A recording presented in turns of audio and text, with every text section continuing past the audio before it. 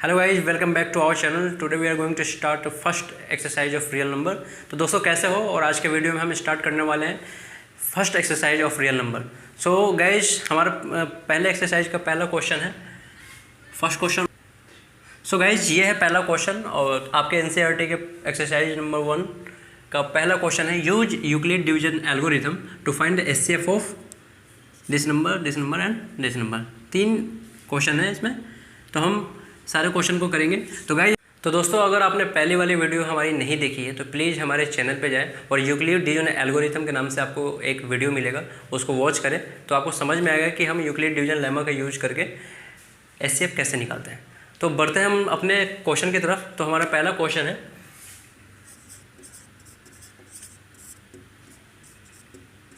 One 135 and 255 का HCF निकालना है by using Euclid algorithm.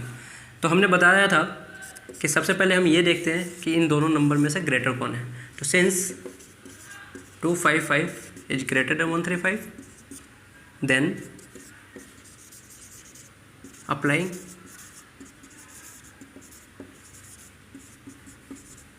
Euclid's lemma to 255 and 135। तो यूक्लिड डिवीजन लेमा का स्टेटमेंट क्या था, a equal to b q plus r.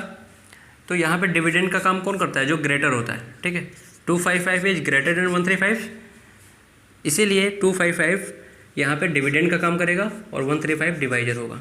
तो 255 में अगर हम 135 से डिवाइड करेंगे तो कोसेंट कितना होगा, 1, और रिमाइंडर होगा 90। आप इस नंबर में इस नंबर से डिवाइड करके देख सकते हो, रिमाइंडर आएगा 90। तो हमने क्या बताया था कि अगर रिमाइंडर हमारा 0 नहीं आता तो उस स्टेप में हम अगले स्टेप में प्रोसेस करते हैं। ठीक है, अगर if since 90 is not equal to 0, then applying Euclid's lemma to divisor and remainder 135 and 90। जिस केस में रिमाइंडर नहीं आता उस केस का डिवाइजर अगले स्टेप में डिविडेंड होता है और रिमाइंडर डिवाइजर होता है। तो नेक्स्ट स्टेप में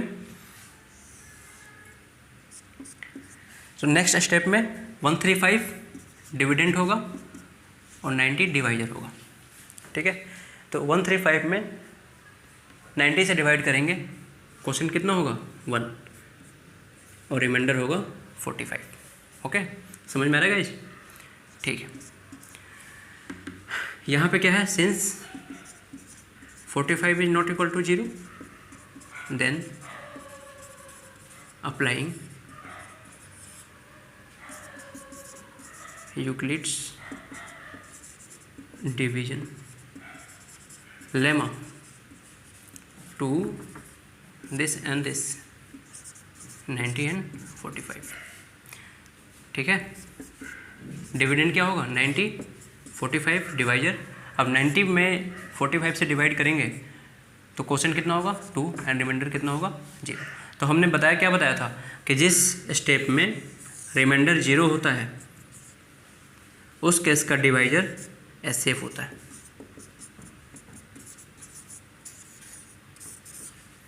ठीक है, तो बढ़ते हैं हम दूसरे क्वेश्चन की तरफ। सो गाइस, बढ़ते हैं दूसरे क्वेश्चन की तरफ। अगर पहले वाले क्वेश्चन में किसी को प्रॉब्लम आया हो तो प्लीज़ कमेंट करें, ताकि हम अगले क्वेश्चन में, अगले वीडियो में हम उस कमेंट का जवाब दे पाए। ठीक है, तो बढ़ते हैं दूसरे क्वेश्चन की तरफ।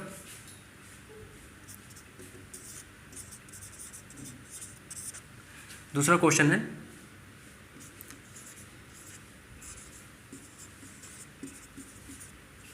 ठीक है, since is greater than 186,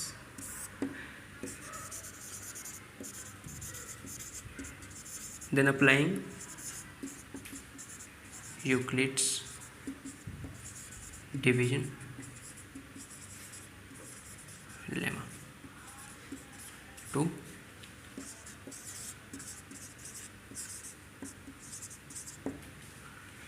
okay, dividend क्या होगा, 38226 220 196।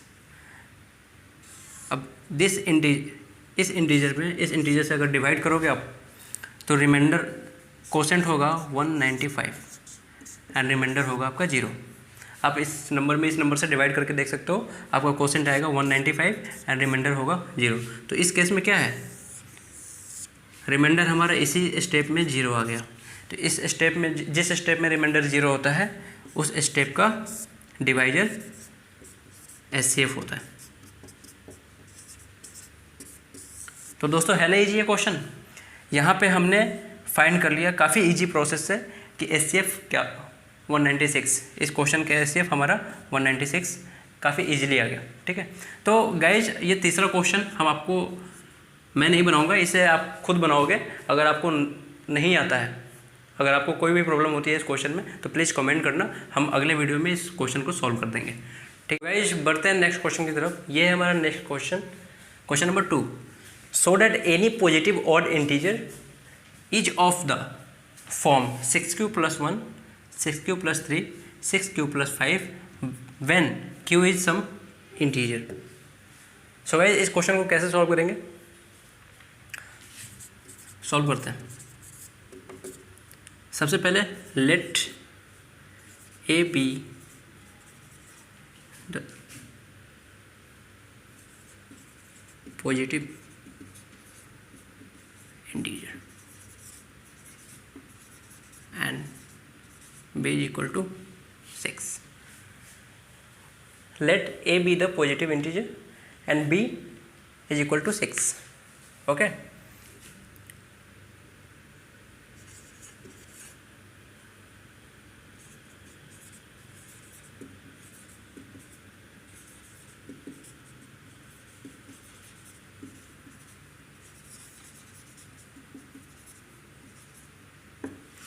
According to Euclidean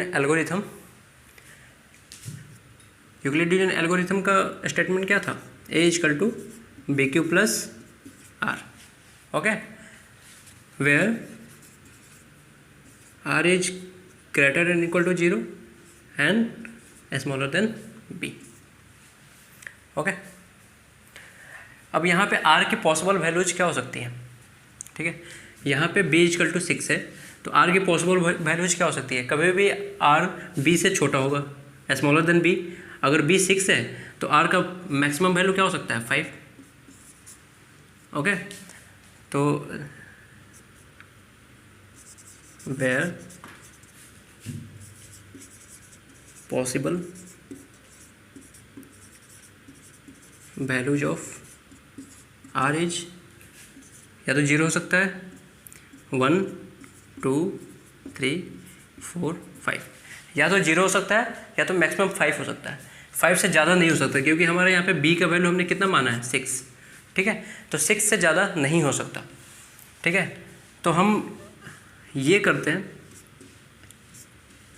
if r = 0, अगर r का वैल्यू हम 0 रखते हैं। ठीक है, अगर r का वैल्यू हम 0 रखते हैं, ठीक है, और इसको पुट करते हैं इस इक्वेशन में, यूक्लिडियन लेमा का जो स्टेटमेंट है इसमें हम पुट करते हैं। ठीक है, तो if r = 0, a = bq + r, r का वैल्यू कहाँ क्या रखना है हमें, 0, a = और b की जगह पे हमने क्या माना है, 6।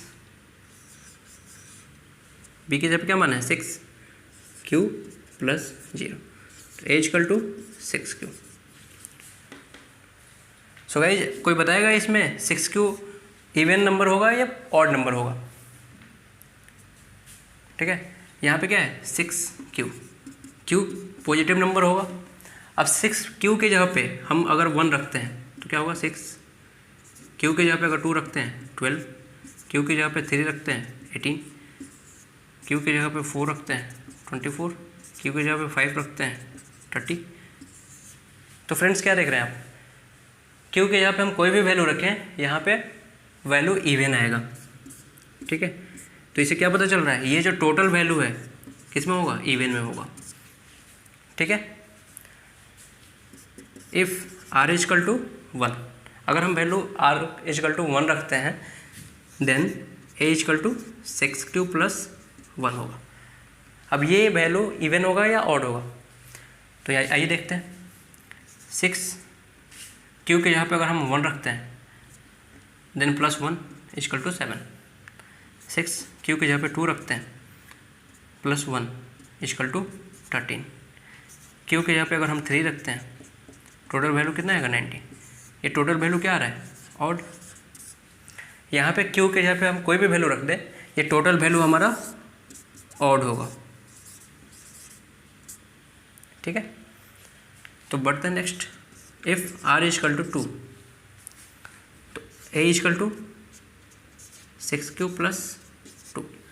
अब ये वैल्यू क्या होगा इवन होगा। As for example 6q + 2। Q के यहाँ पे अगर हम 1 रखते हैं तो टोटल वैल्यू क्या आएगा 8 जो कि इवन है। क्यू के यहाँ पे 2 रखते हैं टोटल वैल्यू क्या होगा 14 जो कि इवन है। क्यू के यहाँ पे 3 रखते हैं टोटल वैल्यू क्या आएगा 20।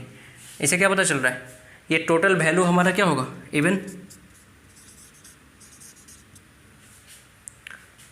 If r equal to 3 a equal to 6q + 3 ये टोटल वैल्यू क्या होगा odd. As for example 6q के जगह पे अगर हम 1 रखते हैं तो टोटल वैल्यू क्या आएगा 9। वैसे ही 2 रखेंगे तो भी ऑड नंबर होगा, 3 रखेंगे तब भी ऑड नंबर आएगा। तो ये टोटल वैल्यू हमारा क्या है ऑड, ठीक है। सो गाइस अगर r का वैल्यू हम क्या रखेंगे 4। इफ़ r equal to 4 then a equal to 6q + 4। 6q अगर हम q के जगह पे 1 रखते हैं टोटल वैल्यू कितना आएगा 10। 2 रखते हैं टोटल वैल्यू क्या आएगा इवन आएगा। तो ये टोटल वैल्यू हमारा क्या होगा इवन में होगा। वैसे ही if r equal to 5 then a equal to 6q + 5। यहाँ पे क्या है q के यहाँ पे अगर हम 1 रखते हैं टोटल वैल्यू क्या होगा 11। q के यहाँ पे 2 रखते हैं टोटल वैल्यू क्या होगा 17। यानी कि टोटल वैल्यू हमारा क्या है ऑड। तो दोस्तों अगर आप ध्यान से देखोगे तो अगर हम वैल्यू 0 रखते हैं तो वैल्यू हमारा टोटल क्या आता है इवन में आता है। अगर r का वैल्यू 1 रखते हैं तो हमारा वैल्यू टोटल वैल्यू ऑड में आता है। अगर हम वैल्यू r का 2 रखते हैं तो टोटल वैल्यू हमारा किस में आता है इवन में आता है। अगर r का वैल्यू 3 रखते हैं तो टोटल वैल्यू क्या आता है ऑड में आता है। अगर r का वैल्यू 4 रखते हैं तो इवन में आता है और r का वैल्यू 5 रखते हैं तो ऑड आता है, ठीक है। तो क्वेश्चन क्या है सो that any positive odd integer is of the form of 6q + 1 6q + 3 6q + 5। तो हमने यही तो प्रूव किया है यहाँ पे 6q + 1 के जो फॉर्म में है वो हमें ऑड प्राप्त हुआ है। अगर हम r का वैल्यू 1 रखे हैं फॉर्म क्या है 6q + 1 जो कि यहाँ पे है और ये जो फॉर्म है ये किस फॉर्म में है ऑड के फॉर्म में है। वैसे ही 6q + r के जगह पे 2 रखा है हमने तो 6q + 2 क्या है इवन है। लेकिन 6q + 3 ये वाला वैल्यू हमें क्या प्राप्त हुआ है odd. r equal to 5 6q + 5 6q + 5 हमें क्या प्राप्त हुआ है ऑड। यानी कि हम प्रूफ कर चुके हैं कि ये जो भी वैल्यू है ये ऑड में है। किस में है ऑड में है। तो यही तो हमें फाइंड करना था और जो कि हमने फाइंड कर चुका है। तो हम लास्ट में ये लिख देंगे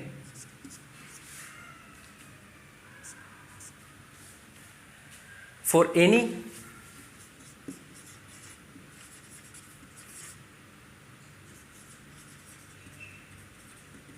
positive odd integer is of the form of 6q + 1 6q + 3 and 6q + 5।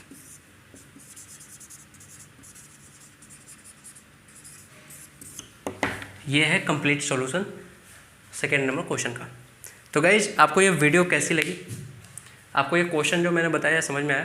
तो अगर आपको ये वीडियो अच्छा लगा है, अगर आपने ये जो क्वेश्चन देखा है ये आपको क्वेश्चन अगर समझ में आया है तो प्लीज़ इस वीडियो को लाइक करें और इस वीडियो को पूरा देखें। और प्लीज़ गाइज हमारे चैनल को सपोर्ट करें, हम ऐसे ही अच्छे कंटेंट लेके आते रहेंगे।